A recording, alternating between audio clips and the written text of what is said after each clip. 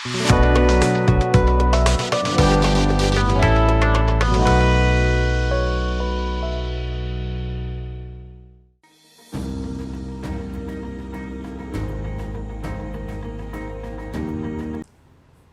දවසක් දයාබර දරුදැරියනි.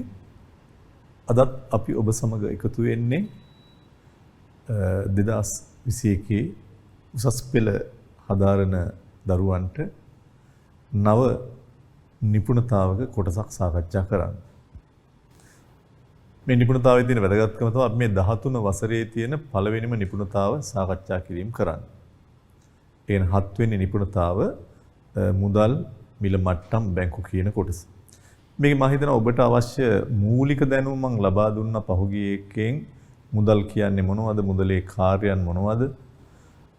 මුදලේ ලක්ෂණ මොනවද කියන එක. ඉතින් අද අපි ඒහා සම්බන්ධ වෙලා තියෙන තවත් කොටසකටයි ඔබ ගෙනියන්නේ. මේ කියන ඒවත් ඔබට පහුගිය එකේ කතා කරපු මුදලේ සමහර කාර්යයන් වලට එහෙම සම්බන්ධතාවයන් තියෙන දේවල්. අද අපි වැඩිපුර ඔබත් සමග අවධානය යොමු කරන්නේ මුදල් ඉල්ලුම කියන ඒකකය. ඊළඟට අපිට තියෙනවා මුදල් සැපයුම. එහෙම අපි ඒක වලින් තමයි මේ සාකච්ඡාව ගෙනියන්නේ. ඉතින් ඇත්තට මේක බොහොම ඔබට ආස හිතන මාතෘකාවක්. ඒ එක්කම මේ පාඩම ඉගෙන ගැනීම තුළ ඕගොල්ලන්ට කොහොමටත් 13 වසරේ තියෙන ඒවා ටික 6 වෙනි ප්‍රශ්නේ ඉඳලා එන්නේ. ඒකෙන් අඩුම වශයෙන් ප්‍රශ්න දෙකක් ඔබ ලියන්න ඕනේ. ඉතින් බොහෝ දරුවෝ මේ මුදල් පාඩම ලියනවා. ඒ වගේම රාජ්‍ය ආර්ථිකය කියන ඊළඟ එකේ ලියනවා. ඒ නිසා ඔබට මේ පාඩමෙන් බොහෝ දුරට ප්‍රශ්නයක් තෝරා ගැනීමට සිදු වෙනවා. බහුවර්ණ ප්‍රශ්න කීපයක් කරන්න වෙනවාමයි. ඒ නිසා මේ දැනුම, මේ අවබෝධය මම හිතනවා ඔබට ගොඩක් වැදගත් වීමක් වෙයි. ඒ නිසා අද අපි ඔබත් සමග සාකච්ඡා කරන්න යන්නේ මුදල් ඉල්ලුම money demand කියන කොටස. ඉතින් මේ හුරු වචන තියෙනවා ඔබට. මුදල් ඉල්ලුම බොහොම හුරු වචනයක් ඔබට.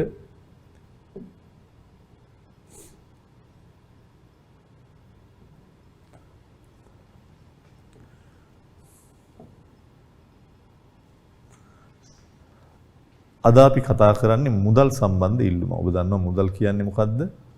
සමාජයේ විසින් පොදුවේ පිළිගනු ලබන ඕනෑම දෙයක් භාණ්ඩයක් හෝ සේවයක් හුවමාරු කර ගැනීම සඳහා. භාණ්ඩ සේවා හුවමාරු කර ගැනීමේදී සමාජයේ පොදුවේ පිළිගන්න කුමන හෝ දෙයක් වේද ඒක මුදල්. ඒක අපි දන්නවනේ. ඒ වගේම පොඩි මතක් කිරීමක් කරන්න මාත් එක්ක මුදලේ කාර්යයන් 4 අංක 1.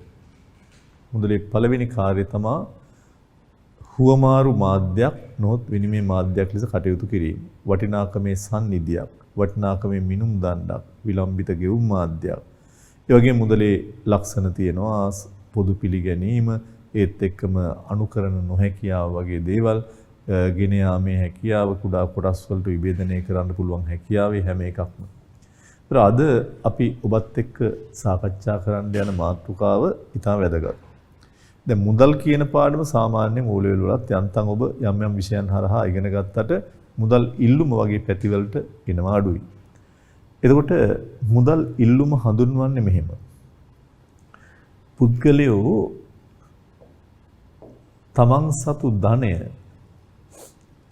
ධනය රැස් කරලා තියා ගන්නවානේ. ඒතර මේ ධනෙන් මිනිස්සු මුදල් ශේෂ විදියට කොච්චරක් ළඟ තියා ගන්නවද? මුදල් ශේෂ සල්ලි විදියට මිනිස්සු කොච්චරක් ළඟ තබා ගැනීමක් කරනවද කියන එකයි මේ කියන්නේ. වෙන විදියකින් කියනවා නම් යම් මොහොතක යම් අවස්ථාවක දැන් ඔබ දන්නවනේ ඉල්ලුම කියන කතාව කියද්දිම අපි දෙන ලද අවස්ථාවක් කාල පරිච්ඡේදයක් කියනවනේ. ඒ නිසා කිසියම් අවස්ථාවක දෙන ලද කාලයක යම් අවස්ථාවක මහ ජනතාව ළඟ කොච්චර මුදල් ශේෂ ළඟ තියාගෙන ඉන්නවාද කියන එක. වෙන විදියකින් කිව්වොත් මිනිස්සු සල්ලි කොච්චරක් ළඟ තියාගෙන ඉන්නවද කියන එක. යම් අවස්ථාවක මිනිස්සු ළඟ කොච්චර සල්ලි ප්‍රමාණයක් ළඟ තියාගෙන ඉන්නවද? ළඟ තියාගෙන ඉන්නවා කියන්නේ වියදම් කරනවා කියන එක නෙවෙයි. ඉල්ලුම සැපයුම දන්නවනේ. ඉල්ලුම කියන්නේ යම් අවස්ථාවක මුදල් ශේෂ විදිහට තමන්ගේ ධනයෙන් කොච්චරක් ළඟ තියාගෙන ඉන්නවද? එහෙමනම් මුදල් සැපයුමක් ඉස්සරහට එනවා. ඒ ළඟ තියාගන්න ගාන නෙමෙයි. මුදල් සැපයුම කියන්නේ හැම වෙලාවකම සංසරණය වෙන ගාන වියදම් කරනවා. හැබැයි මුදල් ඉල්ලුම කියලා කියන්නේ ළඟ තියන් ඉන්නවා යම් ආකාරයක කොයි වෙලාවක හරි යම් යම් කටයුතු වලට වියදම් කිරීම සඳහා. ඒ නිසා ඔබ දන්නවා කාසි හා නෝට්ටු විදිහට පුද්ගලයන් කොච්චර මුදල් ශේෂ සල්ලි ප්‍රමාණයක් තමන් ළඟ තියා ගන්නවද? ඇයි ළඟ තියාගෙන ඉන්නේ? ඔබ නිකන් කිව්වොත් සමහර විට ඔබේ අම්මා තාත්තා සමහරට ඔබ වෙන්නත් පුළුවන්, ව්‍යාපාරිකයෙක් වෙන්න පුළුවන්. අපේ ගෙදරක සල්ලි ළඟ තියාගෙන ඉන්නවා සමහර අවස්ථාවලදී උදේට සමහර විට පාරේ මොකක් හරි පාන් අලෙවි කරන මොකක් හරි වෑන් රථයක් යනවා වෙන්න පුළුවන්, බයිසිකලයක් යනවා වෙන්න පුළුවන්. ඕක ගන්න. සමහරලාට ළඟ කඩෙන් මොනවා හරි සීනි කිලෝවක් ගන්න. තව සමහර විට බස් එකට දෙන්න. තවත් සමහර අවස්ථාවලදී මොනවා හරි දරුවා පාසල් යද්දි පන්ති යද්දි මෙන්න මේක තියාගනින් ඔබ මොනවා හරි කාලා වරෙන් කියලා අම්මලා සල්ලි තියාගෙන ඉඳලා දෙනවා. තාත්තලාත් දෙනවා. ඒ වගේම සමහර අවස්ථාවලදී අපේ අම්මලා තාත්තලා අපේ බාරකරුවෝ දැන් සමහර විට අපි කුඩා ළමයෙක් ඉන්න වෙලාවක ගෙදර අසනීප තත්ත්වයේ කවුරු හරි ඉන්නවා නම් හදිස්සියේ ප්‍රතිකාරයක් ගන්න. රැයක අසනීප වුණොත් කොහේ හරි තැනකට ගෙනියන්න. සමහරට හදිස්සියේ ත්‍රිරෝද රථයකට කතා කරලා ගෙවන්න. මෙන්න මේ වගේ දේවල් වලට සල්ලි කීයක් හරි තියන් ඉන්න. ඒ වගේම සමහර අවස්ථාවන් තියෙනවා ඔබ දන්නවා සමහරු සල්ලි තියන් ඉන්නේ ওই දෙකට අමතරව මොනවා හරි ලාභයක් ගන්න. මොනවා හරි මිල දැන් මේ දවස්වල ඔබ දන්නවා ඇති මේ දවස්වල ඉඩම් මිල, ගෙවල් වල මිල අඩුයි ටිකක්. සල්ලි තියන අය ඒව ආයෝජනය කරනවා ලාභ ගන්න. මේවා මිල වැඩි වුණාම විකුණනවා. ඒ නිසා කොහොම හරි කුමන හෝ කාරණයක් නිසා හරි පුද්ගලයෝ කාසි නෝට්ටු විදිහට සල්ලි ළඟ තියා ගැනීමට තියෙන කැමැත්ත එමෙතන ළඟ තියා ගන්න ප්‍රමාණය තමා අපි මුදල් ඉල්ලුම කියලා කියන්නේ. කාසි හා නෝට්ටු විදිහට මහ ජනතාව මුදල් ළඟ තියා ගන්න දක්වන කැමැත්ත. අපි කියවනේ කොහොමද ඉල්ලුමක් ඇති වෙන්නේ කැමැත්ත, ක්‍රය ශක්තිය ඔය ඔක්කොම මත නිසා කැමැත්ත කියන වචන ඔබ දැනටත් දන්නවා. ඊළඟට මේකටම තව නමක් කියනවා ද්‍රවශීලතා වර්ණය කියලා. වර්ණය කියන්නේත් කැමැත්තනේ. වර්ණය කියන්නේ කැමැත්ත, තේරීම කියන වචන වලට සමාන වචන. ද්‍රවශීලතා වර්ණය. ද්‍රවශීලතාව දැන් දන්නවා ගිය පාඩමේ මම ඊටාම් පැහැදිලිව කතා කරා. මොකක්ද ද්‍රවශීලතාව කියන්නේ? වත්කමක් මූල්‍ය අලාභ නොවිඳ පහසුවෙන් ඉක්මනින් මුදල් බවට පත් කිරීමට තියෙන හැකියාව. ඉතින් මුදල් තමා 100%ක්ම ද්‍රවශීලවත්කම. ඒ නිසා මූල්‍ය අලාභයක් නොවිඳ කාලපමාවක් නැතිව මුදල් බවට පරිවර්තනය කිරීමේ ශක්තිය තියෙන වත්කම තමයි මුදල්. ඒ නිසා මෙන්න මේ ද්‍රවශීලතාවට තියෙන කැමැත්ත හින්දා තමයි සල්ලි ළඟ තියන් ඉන්නේ. නැත්තම් මිනිස්සුන්ට සල්ලි ළඟ තියන් හිටියට කිසිම ආදායමක් ලැබෙන්නේ නැහැ. රත්තරන් බඩුවක් ළඟ තියන් හිටියොත් මිල ඉහළ යන්න පුළුවන්. ඉඩමක මිල වැඩි වෙන්න පුළුවන්. හැබැයි මුදල් විදියට සල්ලි ළඟ තියන් ඉන්නේ දැන් කඩේකට දීලා පාන් රාත්තලක් ගන්න පුළුවන්. දැන් බස් එකට ගෙවන්න පුළුවන්. කවුරුත් ප්‍රතික්ෂේප කරන්නේ නැහැ. ද්‍රවශීලතාවට තියෙන කැමැත්ත ඉක්මනින් මූල්‍ය අලාභ නොවිඳ මුදල් බවට පත් කිරීමේ හැකියාව තියෙන 100ක වත්කම මුදල් නිසා. ඊට මෙන්න මේ ද්‍රවශීලතාව වර්ණය, ද්‍රවශීලතාවට තියෙන කැමැත්ත මත තමා සල්ලි ළඟ තියන් ඉන්න නිසා මේකට ද්‍රවශීලතාව වර්ණය කියන වචනේත් භාවිතා කරන මුදල් ඉල්ලුම, ද්‍රවශීලතාව වර්ණය මේ ඕන එකක්. ඉතින් ඔබ දන්නවා ඇත්තට මුදල් කියන්නේ මං ගිය සතියේ මීට පෙර එකේදී කිව්වා මුදල් කියන්නේ භාණ්ඩයකුත් නෙමෙයි, යෙදවුමකුත් නෙමෙයි, සම්පතකුත් නෙමෙයි. මේ බලන්නකෝ භාණ්ඩයක් නම් එක ඍජු උපයෝගීතාවක් ලැබෙන්න ඕනේ, තෘප්තියක් තියෙන්න ඕනේ. භාණ්ඩයක තියෙන ප්‍රධානම ලක්ෂණය තමයි උපයෝගීතාව. පරිහරණය කිරීමෙන් ලැබෙන තෘප්තිය. භාණ්ඩ සේවා දෙකේම. ඒ වගේම සම්පතක නිෂ්පාදන සම්පතක තියෙන ලක්ෂණය තමයි ඒකේ තියෙන ඵලදායිතාව. ඒකෙන් කිසියම් භාණ්ඩයක් හෝ සේවයක් නිෂ්පාදනය කිරීමේ හැකියාව තියෙන්න ඕනේ. එතකොට භාණ්ඩයක උපයෝගීතාවක් තියෙන්න ඕනේ නම් සම්පතක් වෙන්න ඒකේ ඵලදායිතාව තියෙන්න ඕන නම් මුදල් වල ওই දෙකම නැහැ. මුදල් පරිහරණය කරලා කාලා බීලා තෘප්තියක් ලබන්නත් බෑ. මුදලින් ඍජුවම භාණ්ඩයක් ඉපදවන්නත් බෑ. එහෙනම් මුදල් ඉල්ලන්නේ ඇයි? මුදල් වලට තියෙන්නේ නිතරම ව්‍යුත්පන්න ඉල්ලුමක්. මොකද්ද? මුදල් වලට ව්‍යුත්පන්න ඉල්ලුමක් කියන එකේ තේරුම මොකද්ද? මං කිව්වා දැන් මුදල් භාණ්ඩයක් වෙන්නෙත් නැහැ. මුදල් භාණ්ඩයකුත් නෙමෙයි. මුදල් සම්පතකුත් නෙමෙයි, යෙදවුමකුත් නෙමෙයි. එතකොට මුදල් වලට තියෙන්නේ හැම වෙලාවකම ව්‍යුත්පන්න ඉල්ලුමක්. ඔබට මේව පොඩ්ඩක් කතා කරලා තියෙනවා කලින්. ව්‍යුත්පන්න කියන්නේ වක්‍ර.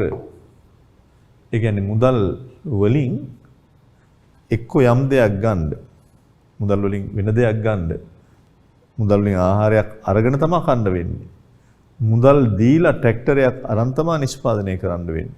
එහෙනම් නිතරම මුදල් භාණ්ඩයක් හෝ යෙදවුමක් නෙමෙයි. ඇත්තටම මුදල් භාණ්ඩ සේවා ලබා ගැනීමේ තියෙන හුවමාරු මාධ්‍යයක්, උපකරණයක් විතරයි. ඉතින් ඒ නිසා හැම වෙලාවකදීම මුදල් වලට තියෙන ඍජු ඉල්ලුමක් නෙමෙයි. කෙලින්ම අරගෙන කන්න බොන්න ඒව කරන්න බෑ. මුදල් වලට තියෙන වක්‍ර එහෙම නැත්නම් ව්‍යුත්පන්න ඉල්ලුමක්. ඉතින් ඔය පැත්ත පිළිබඳ හොඳ දැනුමක්, හොඳ අවබෝධයක් තියෙන්න ඕනේ. ඉතින් ඔබ මේ ඉගෙනගෙන යන ගමන් දැන් අපි සැප් විභාග තිබ්බා. ඔබ හොඳට ලියලා තිබ්බා. දැන් මට ඇත්තටම වෙනද වගේ ඔබ මේ මූණට මුහුණලා මුණ ගැහෙන්නේ නැහැ. ඒ නිසා ඔබේ ප්‍රතිචාරය දැනගන්න මම මගේ වෙනම දුරකථන නම්බරයක් දුන්නා. WhatsApp වගේ දේවල් වලදී ඔබට මැසේජ් එකක් හරි දාන්න ප්‍රශ්නයක් තියෙනවා මම ඔබට වෙනම කතා කරන්න මට පුළුවන් එහෙම ගැටලුවක් තිබ්බොත් පුජ්‍යලික දේවල් තිබ්බොත් ඉතින් නිසා අපිට පුජ්‍යලික ගැටලුවක් තිබ්බත් ඒත් අපිට කියන්න හේතුව මට සමහරට ඔබ මුණ ගැහෙන්නේ නැතුණා මට සමහර දරුවොත් අපේ ශාඛාවලට ඇවිල්ලා නිබන්ධන ලබා ගැනීමේදී මුණ ගැහෙන අය ඉන්නවා. මට ඊයේ මුණ ගැහුණා ඇත්තටම දරුවෙක්ගේ 2021 දරුවෙක්ගේ අම්මා කෙනෙක්. ඇයි මට ඇත්තටම ස්තුති කරා මේ අපේ දරුවෝ ගෙදර ඉඳලා මේ ඉන්න වෙලාවේ සර් උගන්වනවා.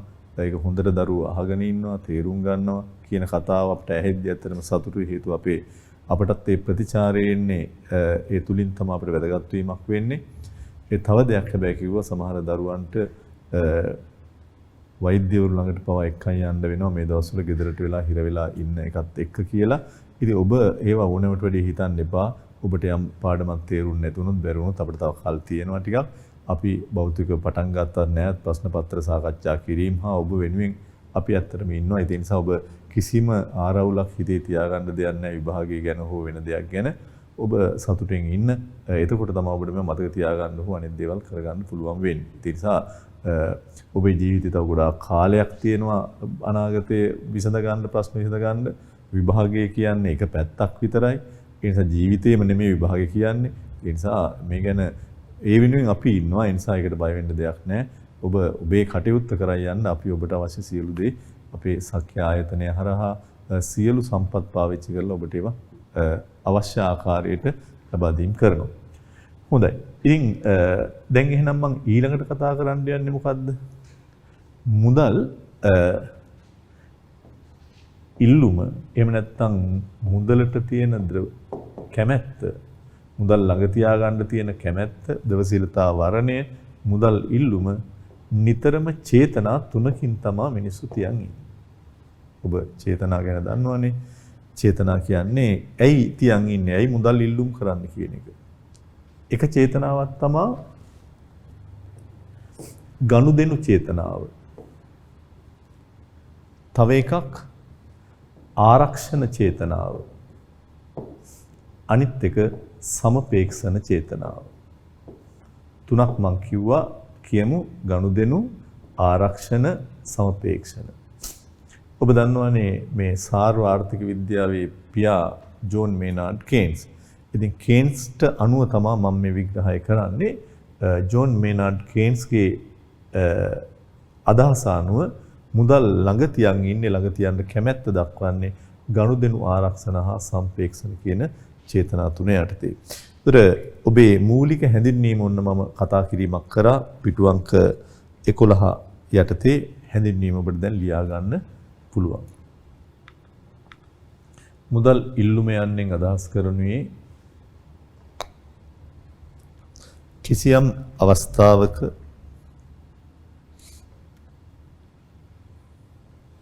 මහජනතාව කාසි හා නෝට්ටු කියන මුදල් ශේෂ ළඟ තබා ගැනීමට දක්වන කැමැත්තයි.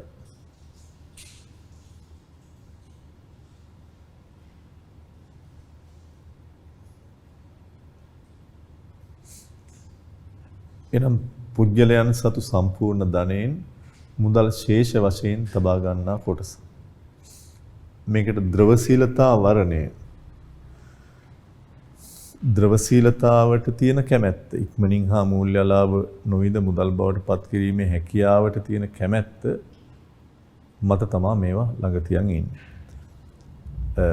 ඊට පස්සේ යටින් කිව්ව මම අර කියන දේ මුදල් භාණ්ඩයක් හෝ යෙදවුමක් සම්පතක් නෙමේ. භාණ්ඩයක් නම් උපයෝගීතාව තියෙන්න ඕනේ. යෙදවුමක් නම් ඒකේ ඵලදායීතාවක් තියෙන්න ඕනේ. ඒ නිසා මුදල් මේ දෙකම නෙමේ ළඟ තියාගන්නේ ඇත්තටම ඒවා තුලින් යම් යම් දේවල් සිදු කළ හැකි නිසා උපයෝගීතාවක් ඇති භාණ්ඩ ගන්න පුළුවන්. ඒ වගේම සමහර අවස්ථාවලදී යෙදවුමක් සම්පතක් ගන්න පුළුවන්, අරන් නිපදවන්න පුළුවන්. මුදල් වලට තියෙන ව්‍යුත්පන්න ඉල්ලුමක්. මුදලට ඉල්ලුමක් ඇති වෙන්න හේතු ජෝන් මේනාඩ් කේන්ස්ට අනුව චේතනා තුනක් මත සිදු වෙනවා. ගනුදෙනු, ආරක්ෂණ හා සම්පේක්ෂණ.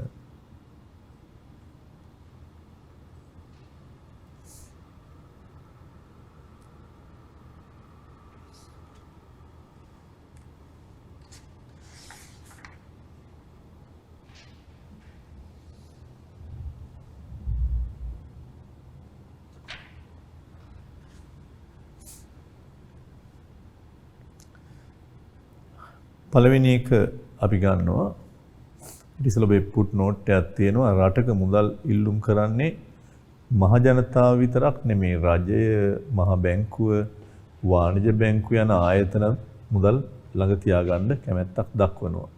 එතකොට ඒත් මෙහිදී මුදල් ඉල්ලුම කියලා කියන්නේ මහ ජනතාවගේ මුදල් ඉල්ලුම. මහ ජනතාව කියන්නේ රජයේ මහ බැංකුව වාණිජ බැංකුව හැර අනෙක් සියලු පුජ්‍යල හා ආයතන. මේකත් මතක තියාගන්න ඕනේ. මේ කියන කරුණු වල පුජ්‍යලයක් වෙන්නත් පුළුවන්, සමහර විට ව්‍යාපාර ආයතනයක් වෙන්නත් පුළුවන්. හැබැයි බැංකුවත් ආණ්ඩුවවත් මේකට අයිති වෙන්නේ නැහැ. මහ බැංකුව රජය වාණිජ බැංකුව යන ආයතන ගැන කතා කිරීමක් කරන්නේ නැහැ. ඊළඟට පළවෙනි එකට අපි එනවා ගනුදෙනු චේතනාව, ගනුදෙනු ඉල්ලුම, එහෙම නැත්නම් transactions motive. ඒතර මේක කොහොමද අපි හඳුන්වන්නේ? ගනුදෙනු මුදල් ඉල්ලුම, එහෙම නැත්නම් ගනුදෙනු චේතනාව කියන එක. දැන් ඔබ දන්නවා අපේ ගෙදරට අම්මට තාත්තට සමහර විට පඩි හම්බ වෙන්නේ මාසේ 20 වෙනිදාට. මාසේ 20 වෙනිදාට පඩි හම්බ වෙනවා. හැබැයි ඒ ආදායම් ලැබෙන දිනේ සමහරවිට සතියකට සැරයක් ආදායම් ලැබෙනවා. දිනපතා ආදායම් ලැබෙන අය ඉන්නත් පුළුවන්. එතකොට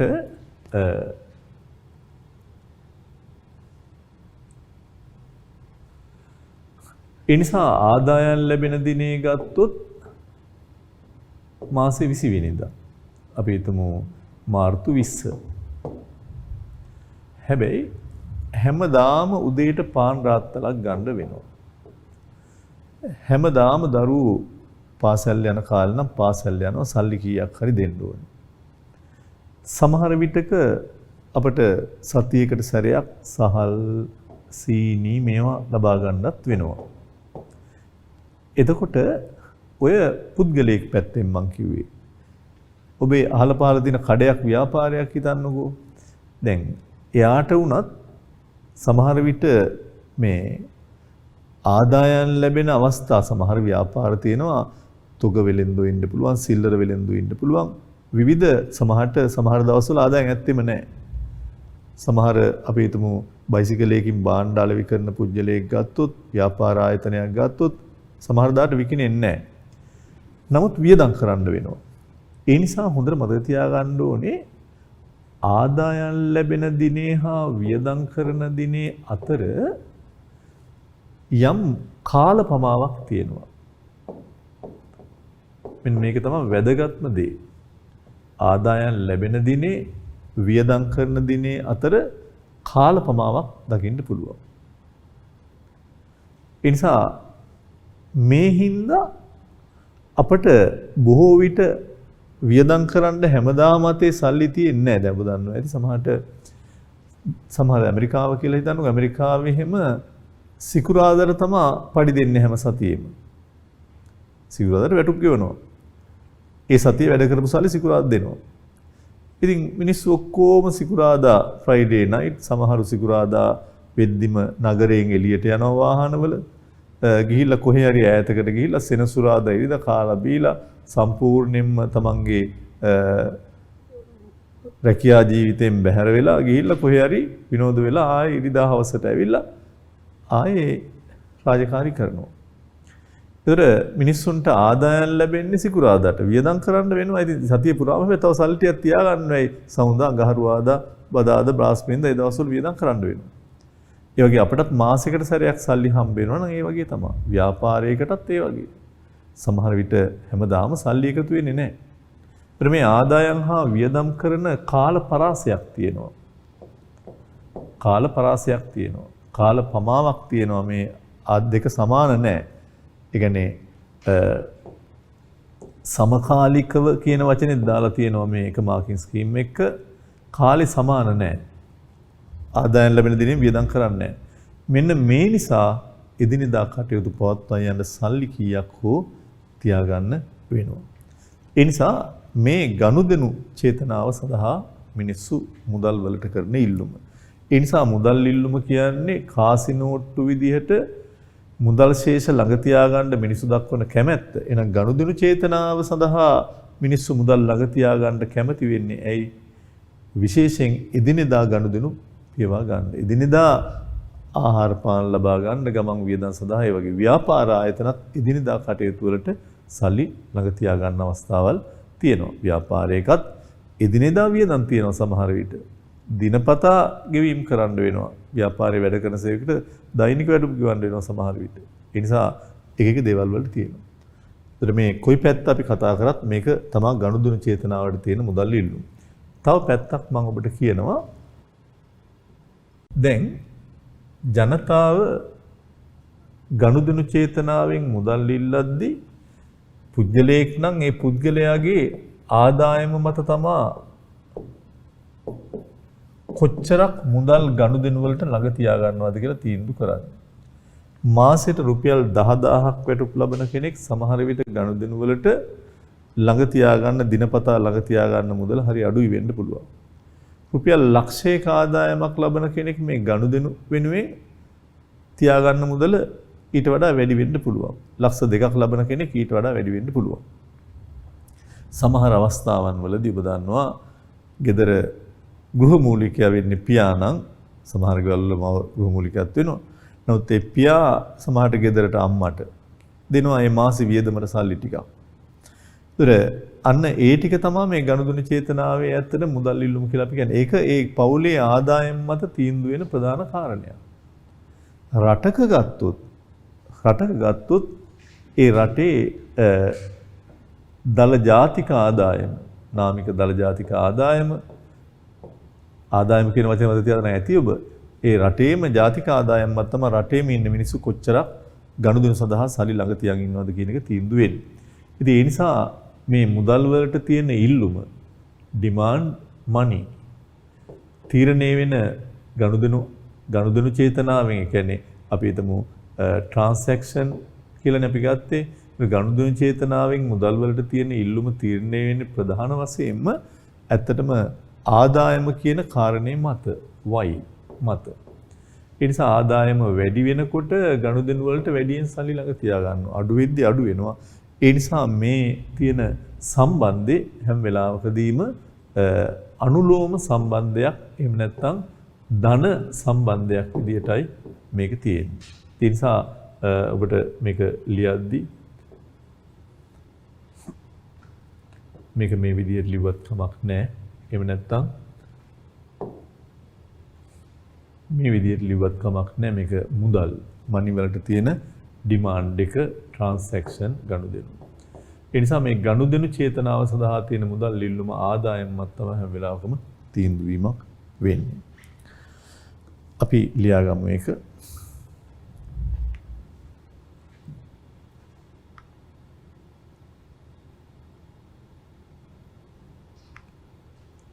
ආදායම් ලැබීම හා වියදම් කිරීම අතර කාලපමාවක් හෝ කාල පරාසයක් පවතින විට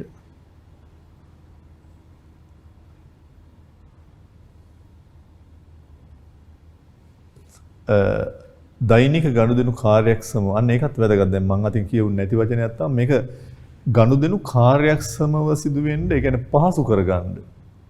නැත්තම් එදිනෙදා සල්ලි නැති වුනහම ගනුදෙනු කරන්න අමාරුයි. අකාර්යක්ෂමයි පහසු නැහැ. ණයිල්ලන්න වෙනවා. අරමුණින් මුදල් සිත ළඟ තබා ගැනීම ගනුදෙනු චේතනාවෙන් මුදල් වලට කරන ඉල්ලුම කියලා අපි හඳුන්වනවා. ඒ නිසා ඒ ගනුදෙනුව හරියට කාර්යක්ෂමව පහසුවෙන් සුමට ලෙස සිදු වෙන්නයි මේ සල්ලි ළඟ තියාගන්නේ. පුජ්‍යලයන්ට ආදායම් ලැබෙන්නේ දෛනික සති මාස වැනි කාලපදනම් යටතේ වුවත් අවශ්‍යතා සපුරා ගැනීම සඳහා දිනපතා මුදල් වැය කිරීමට සිදුවන නිසා මුදල් ළඟ තබා ගන්න වෙනවා. ඊට දැන් හවසට මුදල් ගන්න කෙනෙක් වුණත් උදේ ඉඳලා වියදම් කරන්න නැතේ එකක් බොන්න අර එහෙමද වියදම් කරන වෙලාවයි ආදායම් ලැබෙන වෙලාවයි අතර කාල පමාවක් තියෙනවා. සම කාලව එක සිදුවීමක් වෙන්නේ නැහැ.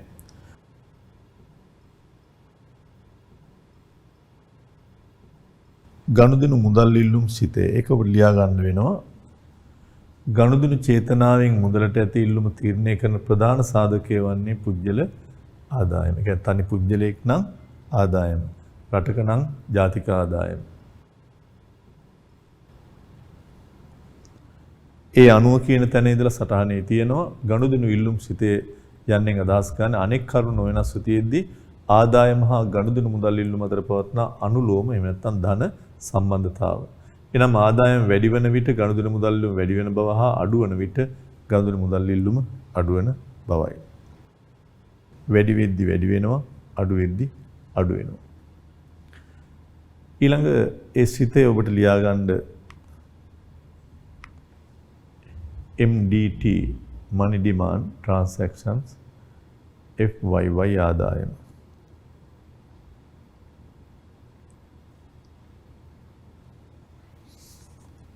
මේක ඔබට ප්‍රස්ථාරයකින් දැක්වුවොත්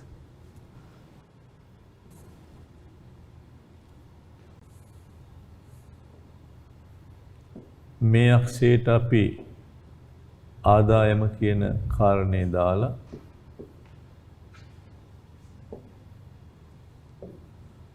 මේකට ගනුදෙනු මුදල් ඉල්ලුම දාලා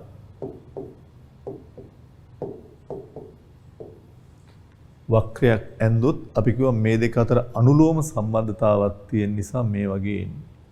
ඒතර මෙතන තියෙන්නේ ඇත්තටම ඔබට පේනවා ආදායම වැඩි වෙන්න ආදායම y බිඳුව y1 දක්වා වැඩි වෙන්න මුදල් වලට තියෙන ඉල්ලුම එහෙම නැත්නම් ගනුදෙනු සඳහා මුදල් ළඟ තියා ගැනීමට තියෙන කැමැත්තත් එන්න වැඩි වෙන තත්වයක් තමයි මේකේ දකින්න ලැබෙන්නේ.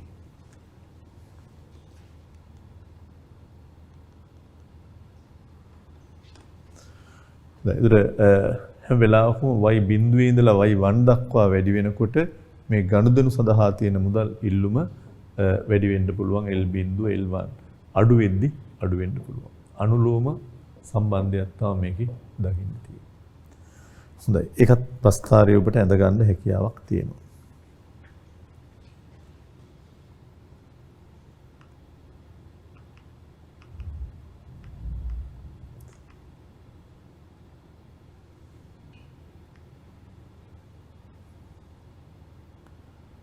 වැඩි වෙනවා අඩු වෙද්දි අඩු වෙනවා.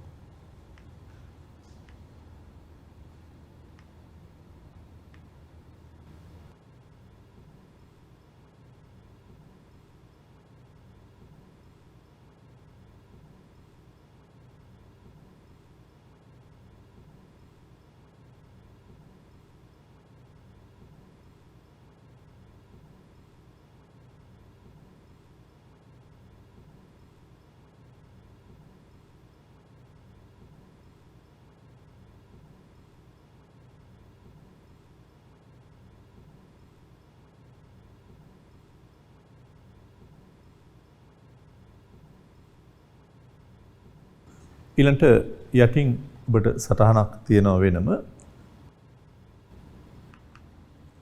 ඊට ප්‍රස්තාරය අනුව පුජ්‍යලයන්ගේ ආදායම් වැඩි වෙද්දී දෛනික ගනුදෙනු සඳහා වැඩි මුදල් ප්‍රමාණයක් ළඟ තබා ගන්න පෙළඹෙනවා.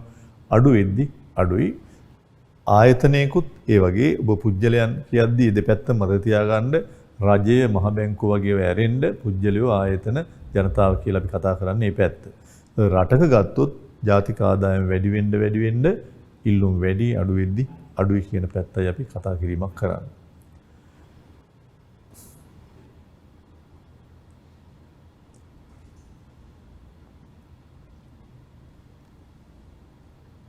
ප්‍රධාන වශයෙන් ආදායම තමා ගනුදෙනු මුදල් ඉල්ලුම තීරණය වෙන්නේ. නමුත් සමහර විටක ඔබ දන්නවා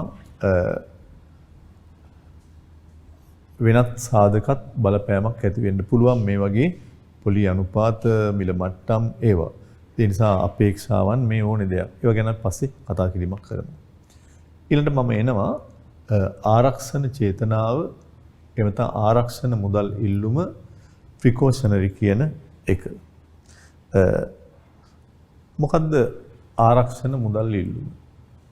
දැන් ඉස්සෙල්ලම කියවනේ පාන් රාත්තලක් ගන්න දරුවට ගමන් වියදම් සඳහා ව්‍යාපාරයක එදිනෙදා වියදම් වලට සල්ලි තියන් ඉන්නවා වගේ ජනතාව තවත් චේතනාවකින් සල්ලි ළඟ තියන් ඉන්නවා. මොකක්ද? ආරක්ෂණ චේතනාව. දැන් මට මතකයි සමහර විට අපේ ගම්වල ඒ කාලේ නිතර අපට පොඩි කාලේ අසනීප එහෙම හැදෙනවා. ඒතර හැදුනහම අපේ ගෙදර ඉඳලා ආරෝග්‍ය ශාලාවකට ඩිස්පෙන්සරි එකට යන්න ගොඩාක් ඈතයි. පොඩි කාලේ අපි අහලා තියෙනවා අපේ අම්මලා තාත්තලා අසනීපයක් වුණාම රෑ තිස්සේ කරේ තියාගෙන තමයි අපි එක්කන් යන්නේ කියලා මේවට. එතකොට ඒවට යන්න නිකම් බෑ සමහර විට බෙහෙත් ගන්න ගියොත් සල්ලි කීයක් හරි ඕනේ මොනවා හරි දෙයකට නගරයට යන්න සල්ලි ඕනේ. ඉතින් ඒ නිසා අපේ අම්මලා තාත්තලා සමහරට සල්ලි ටිකක් හංගගෙන ඉන්නවා කොහේ හරි මේ හදිස්සියට ගන්න. කණ්ඩ නැතත් ගෙදර සමහරට ඒ සල්ලි වලට අත තියන්නේ නැහැ. කොහේ හරි තැනක හංගගෙන ඉන්නවා. හදිස්සියේ දරුවෙක්ට අසනීපයක් විසමහට අපේ අම්මලාගේ තාත්තලාගේ අම්මලා තාත්තලාත් අපේ ගෙවල් වලමයි ඒ කාලේ ආච්චිලා සීයලා. ඒ අයත් වයස්ගතයි. ඒතර ඒ අයට හදිස්සි අසනීපයක් වුණොත් එක්කයි යන්න මේ වගේ දේවල් වලට සල්ලි තියන් ඉන්න. එතකොට ඒ වගේ අපි බලාපොරොත්තු නොවෙච්ච දේවල් අපි බලාපොරොත්තු නොවන දේවල් තියෙන අනපේක්ෂිත ඒවා. ඒ අනපේක්ෂිත දේවල් තමයි මෙතන කතා කරන්නේ. ඒ විතරක් නෙමෙයි. සමහර විට එක එක අපේ ආදායම් තත්ත්වය අනුව අපේ ගෙවල් දොරවල් තත්ත්වය අනුව අපි පරිහරණය කරන දේවල් වෙනස්නේ. අපේ ගෙදරක බයිසිකලයක් තියෙනවා, මෝටර් සයිකලයක් නෙවෙයි යතුරු පැදියක් තියෙනවා, වාහනයක් තියෙනවා. හදිස්සියේ මේකේ ටයර් එක යන්න පුළුවන්. ඉතින් මොකද කරන්නේ? සල්ලි ටිකක් තියන් ඉන්න වෙනවා. ඒවා අනපේක්ෂිත සිද්ධියක්. අපි දන්නේ නැහැ. සමහරවිට අපේ ගෙදර තියෙන ටකරම් හදිස්සියේ උලක් ඇවිල්ලා වහලේ ගැලවිලා යන්න පුළුවන්. අනපේක්ෂිත සිද්ධි. කීයක් හරි තියාගන්න වෙනවා. සමහරට ගෙදර තියෙන වතුර පයිප්පයක් ඇවිල්ලා යන්න පුළුවන්. කාට හරි ඒක හදාගන්න කියන්න දෙන්න පුළුවන්. මේ වගේ අනපේක්ෂිත සිද්ධි වෙනවා. ඔබට මතක තියාගන්න ලේසි විදියට මම කියන්නම්. ඉස්සල්ලා මම කිව්වේ ගනුදෙනු චේතනාවේ ආදායම් හා වියදම් කරන කාල පරිච්ඡේදය අතර පරාසයක් තියෙනවා කියලානේ. ඒ ආදායම් වියදම් වෙන්නේ ඇත්තටම කාල වකවානු දෙකක. කාල පරාසයක් තිබ්බා. කියන්නේ සමකාලිකව නෙමෙයි. දැන් මම මේකට ඔබට මතක තියාගන්න ඕනේ හින්දා ආදායම් වියදම් අතර අවිනිශ්චිතතාවක් තියෙනවා. නිශ්චිත නෑ මේ වියදම් කරන ඒවා. විශේෂයෙන් වියදම් පැත්ත ඇත්තටම.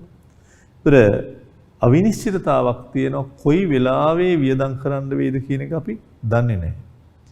ඒ නිසා අපිට සල්ලි කීයක් හරි කොහේ හරි තැනක තියාගෙන ඉන්න වෙනවා.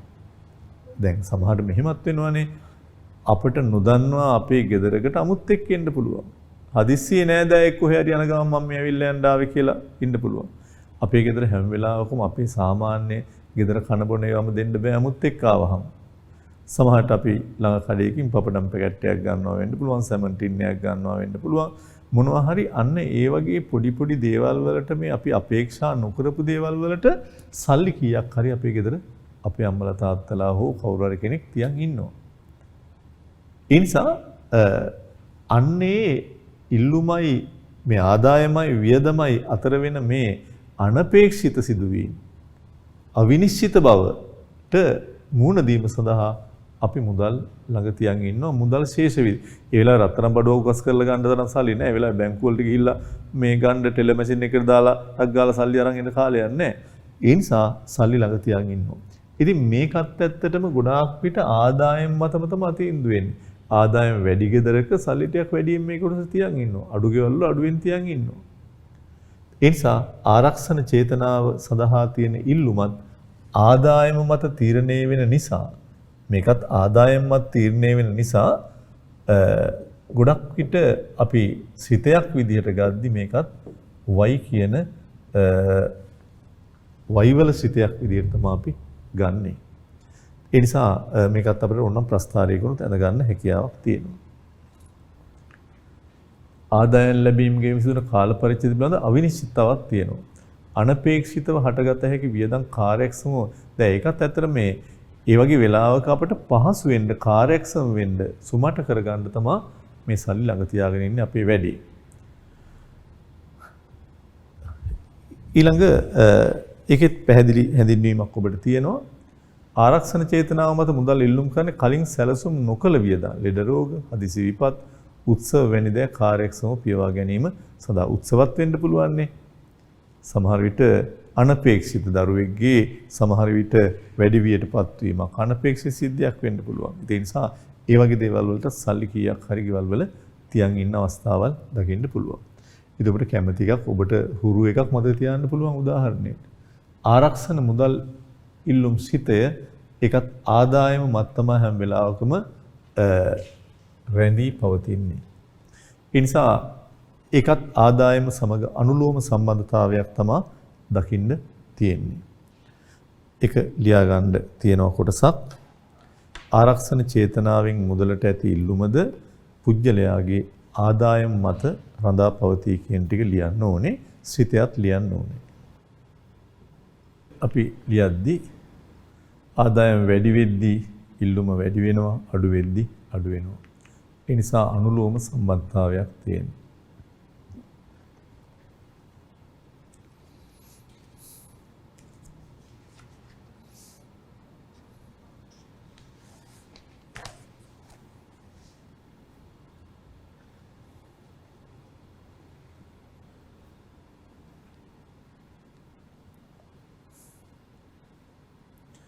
ඒක අපි ප්‍රස්ථාරයකින් දක්වන්නත් පුළුවන් අර විදිහමයි. ඒකත් ඔබට ඇඳ ගන්න පුළුවන්. අනුලෝම සම්බන්ධතාවයේ ඉතා පැහැදිලිව අඳින්න පුළුවන්. තිරස් අක්ෂය ආදායම දාලා සිරස් අක්ෂයේ ආරක්ෂණ මුදල් ඉල්ලුම දාලා ඔබට පේනවා ඇති ආදායම වැඩි වෙනවා y1 y2 දක්වා මුදල් ඉල්ලුම L1 L2 දක්වා වැඩි වෙනවා. ආදායම අඩු වෙද්දී මුදල් ඉල්ලුම අඩු වීමක් වෙනවා.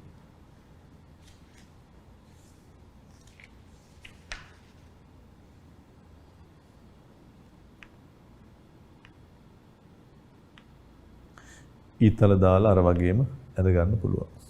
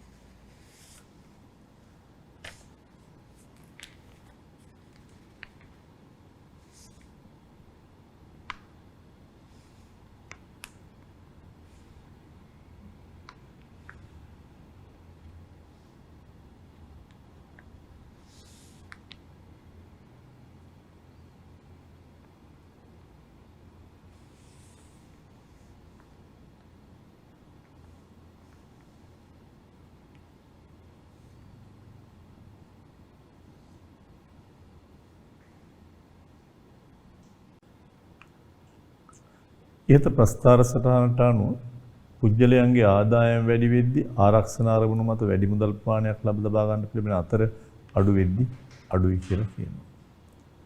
මම හිතනවා දැන් මේ මුදල් ඉල්ලුම සම්බන්ධයෙන් තියෙන කරුණවල වැදගත්ම චේතනාවට මම එන්නේ හේතුව මේ පිළිබඳ යහපත්ව හොඳ අවබෝධයෙන් ඔබ කටයුතු කිරීමක් කරන්න ඕනේ ස්පෙකියුලේටිව් මොටිව් කියන එක. සමපේක්ෂණ චේතනාව. දැන් ඔබ මොකද්ද සම්පේක්ෂණය කියන්නේ? නිකන් අදහසක් විදියට ඔබ ගත්තොත් මොකද්ද සමපේක්ෂණය කියන එකේ අදහස?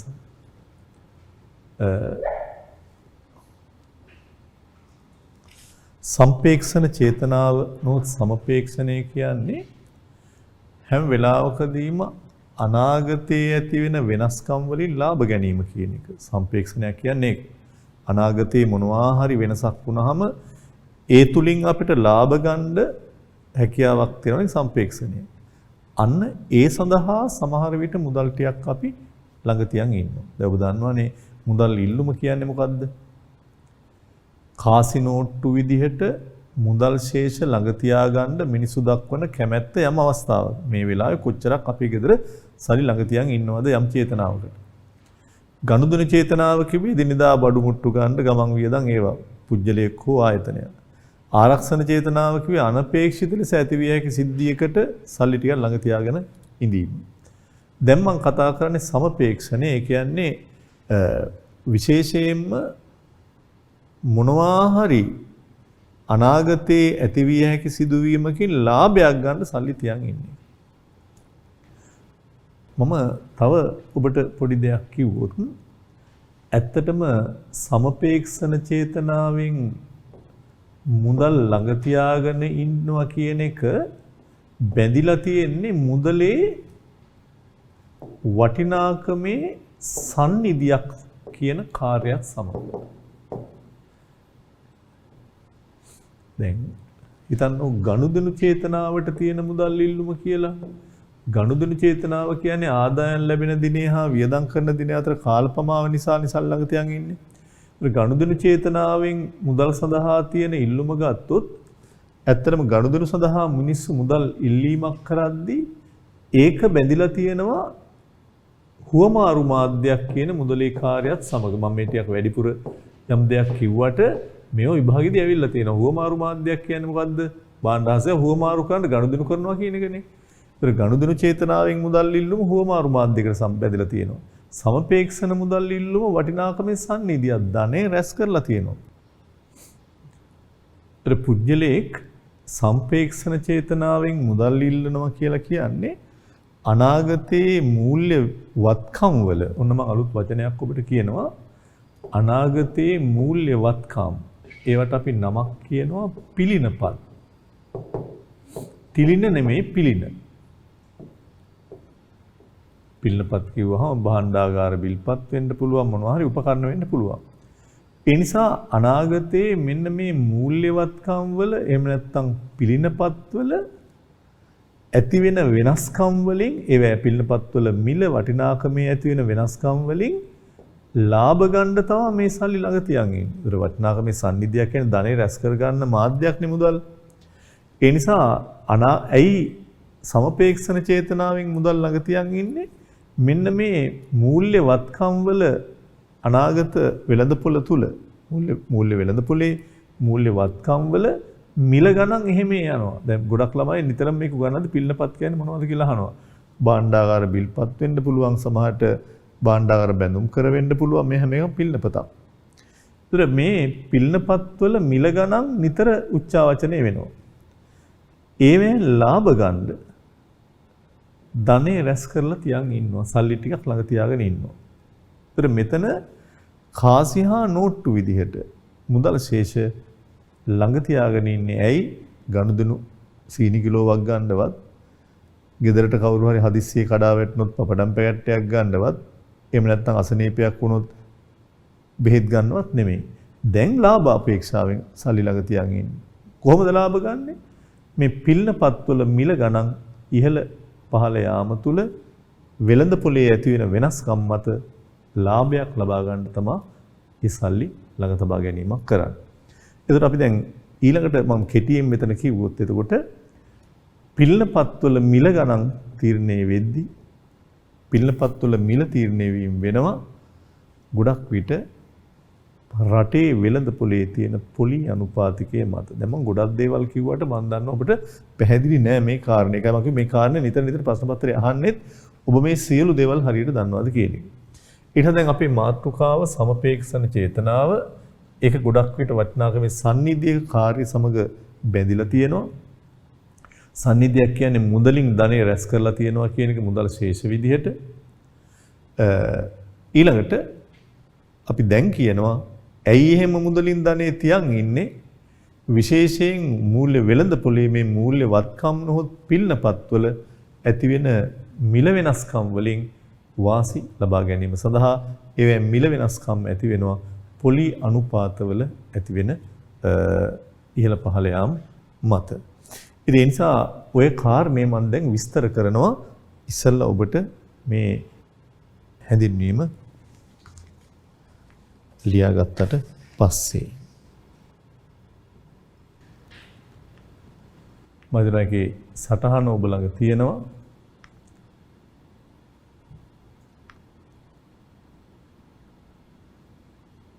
සමපේක්ෂණ මුදල් ඉල්ලුමයන්ෙන් අදහස් කරන්නේ මූල්‍ය වත්කම් වල මිල වෙනස් වීම මත. ඒතර මූල්‍ය වත්කම් කියන්නේ පිළිනපත් තමයි. අනාගත ලාභ ලැබීමේ අදහසින් ධනෙ රැස් කර තබා ගැනීමට සුසු මාධ්‍යයක් ලෙස. ධනෙ ගබඩා කොට තබාගත හැකි අනෙක් වත්කම් සමග සංසන්දනය කරද්දී මුදල් අවදානමකින් තොර වත්කමක් වේ. ඒ කියන්නේ එතන කතා කරන්නේ ඇත්තටම මුදලින් ධනෙ තියාගත්තොත් ටිකක් අවදානම අඩුයි. දැන් ඔබ දන්නවනේ කොහොමදත් මුදලින් ධනෙ රැස් කර ගැනීමේ ආවස්තික පිරිවැයක් තියෙනවා. සල්ලි විදිහට තියා ගැනීමේ ආවස්තික පිරිවැයක් තියෙනවා. මොකද්ද? මේ වගේ පිළිනපතක ආයෝජනය කරලා ගන්න තියෙන පොලිය නැති වෙලා යන්න පුළුවන්. මේ වගේ වත්කමක සල්ලි දාලා ගන්න තියෙන දැන් අපේ ගෙදර ලක්ෂයක් නිකන් ගෙදර තියන් ඉන්නවා කියලා කියන්නේ ඇත්තටම පිළිනපතක දැන් ස්ථාවර තැන්පතුක දාන එක නෙමෙයි මේ. ලක්ෂයක් ගෙදර නිකන් තියන් ඉන්නවා කියලා කියන්නේ පිළිනපත බණ්ඩාර බැඳුම් කරේක සල්ලි දාලා පොලිය ගන්න තිබ්බ අවස්ථාව නැති වෙලා. මුදල් නිකන් තියන් ඉන්නකොට අවස්ථේ පිරිවැයක් තියෙනවා. නැත්තේ නෑ. හැබැයි මුදල් විදිහට සල්ලි තියා ගැනීමේ තියෙන අවදානම අඩුයි. දැන් වත්කමක සල්ලි තියන් ඉද්දි මේකේ පොලිය අඩු වෙන්න පුළුවන්, අවාසි වෙන්න පුළුවන්. සමහරට කොටස් සහතිකයක් වගේ කොටස් ගත්තට පස්සේ ඒවැය තියෙන අවදානම් තියෙන්න පුළුවන්. ඒ නිසා මුදල් අවදානමකින් තොර වත්කමක් විදිහට තමයි අපි පිළිගන්නේ. සමපේක්ෂණ මුදල් ඉල්ලුමක් ඇතිවන්නේ නිතරම පොලි අනුපාතය හා මූල්‍ය වත්කම් වල මිල වෙනස් වීම මත. නිතරම පිළිනපත්වල මිල එහෙම නැත්නම් මේ වත්කම් වල මිල ගණන් පොලිය මත තීරණය වෙනවා කියන එක තමයි කියන්නේ.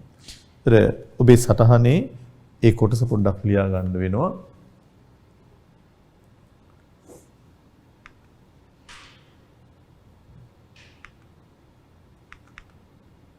සමපේක්ෂණ මුදල් ඉල්ලුම පොලි අනුපාතයේ මත හදා පවතිනවා.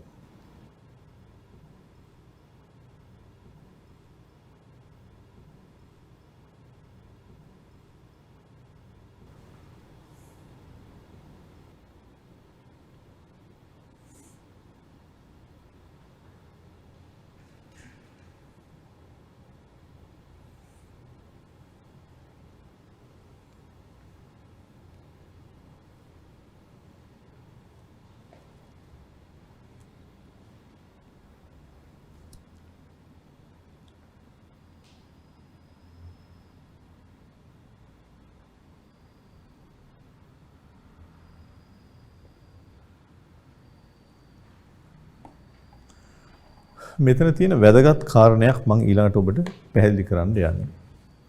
ඒ තමයි දැන් ඔබට සංසන්දනාත්මකව මතක ඇති අපි එක එක දේවල් ගැන කතා කරානේ. එකක් ගනුදෙනු මුදල් ඉල්ලුම ගැන කතා කළා. ගනුදෙනු මුදල් ඉල්ලුම තීරණය වුණේ මොකක් මතද? ආදායම මත. ඒ අනුව මේක අපි ලිව්වා ගනුදෙනු මුදල් ඉල්ලුම නිතරම තීරණය වුණා ආදායම මත. ඊළඟට money demand precautionary ආරක්ෂණ මුදල් ඉල්ලුම තීරණය වුණා ඒත් ආදායම් මත. ගනුදෙනු මුදල් ඉල්ලුම ආදායම් මත තීරණය වුණා. ඒ වගේම ආරක්ෂණ මුදල් ඉල්ලුම ඒත් ආදායම් මත තීරණය වුණා. ඔය ආකාරයට. ඒ දෙකම ආදායමේ සිත. මේ දෙකම ආදායමත් තීරණය වුණා ගනුදෙනු ආරක්ෂණ දෙකම. දැන් මම ඔබට පැහැදිලි කරන්න යන්නේ විශේෂයෙන්ම මෙන්න මේ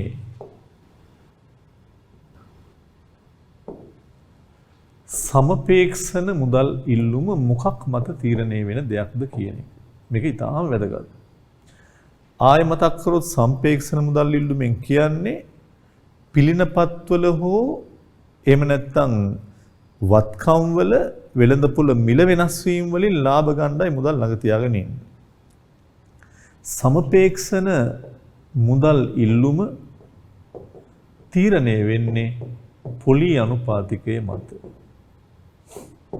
හැබැයි මේ පොලි අනුපාතිකය ඉන්ටරෙස්ට් රේට් කියන එක සහ මුදල් ඉල්ලුම අතර තියෙන්නේ හැම වෙලාවකම ප්‍රතිලෝම නොහොත් ඍණ සම්බන්ධතාවයක්.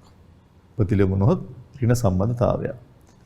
එතකොට කොහොමද ඒක වෙන්නේ කියන එක ටිකක් දිග කතාවක්. හැබැයි මම දැන් ඒක කියලා ඉන්නවා නැත්නම් ඔබට මේක පැහැදිලි වෙන්නේ නැති නිසා. මේ බලන්න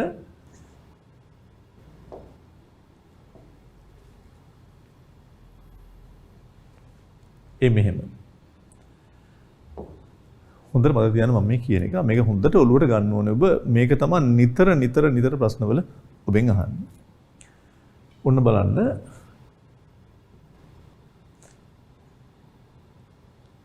වෙළඳ පොලේ පොලි අනුපාතිකය. ඊළඟට පිළිනපත් මිල. නොහොත් වත්කම් වල මිල. මේ වර්තමානය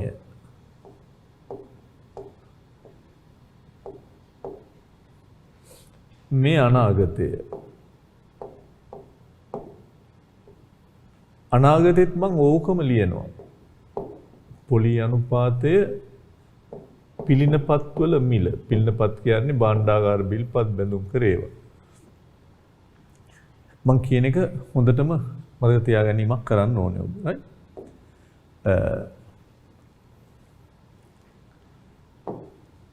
දැන්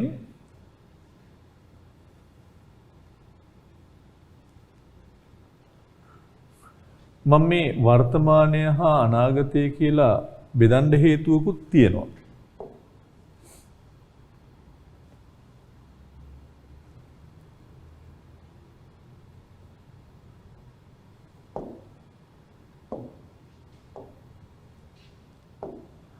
වර්තමානය හා අනාගතය කියලා වෙන් කරන්න හේතුවක් තියෙන එකත් මම කියලා ඉන්නම්. දැන් මේ බලන්නකෝ. මම කතා කරා යද්දී ඔබට මේක තේරෙයි.